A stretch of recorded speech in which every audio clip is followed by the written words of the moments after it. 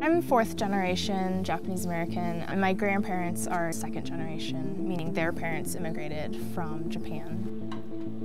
My grandmother, she's a marvelous cook, and every time she's cooking, I ask her, Bachan, how do you make that, or what are you doing? And her favorite answer for me is telling me that I already know how to do these things.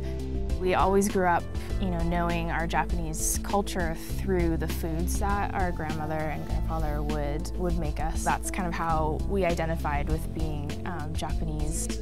Eat Gather is a 3-volume book series that documents the making of traditional Japanese American foods. Each volume covers one specific Japanese American food and is narrated by multiple second-generation Japanese Americans. People that I grew up with, my grandparents, some great aunts and uncles, and then just folks in the community that I grew up knowing. Our generation are proud of our heritage. Some of the good things that we've learned should be passed on to the new generation. My grandparents' generation, they grew up eating, traditional Japanese American dishes every day. If somebody told me to make that pizza for you, I would know how to make a pizza. Very different than my mom's generation, who were kind of pushed to assimilate into the American culture. So the motivation behind creating the book series was really to capture these traditions through the voice of my grandparents' generation. Why is food special? Because that's where you gather and converse. It gives us an excuse. To eat. Together.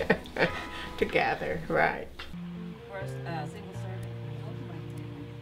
For me, it's important to preserve these ancestral traditions just so I have a piece of my culture to pass on to future generations of Japanese Americans. I wish the younger generation would put more energy into Japanese food. Eat represents the motivator for this whole project and also represents, the food that is presented. And the gather is the kind of culture that happens because of the food. And it also kind of serves as a sort of insight to my process where I got to eat a lot as I was gathering all of this information.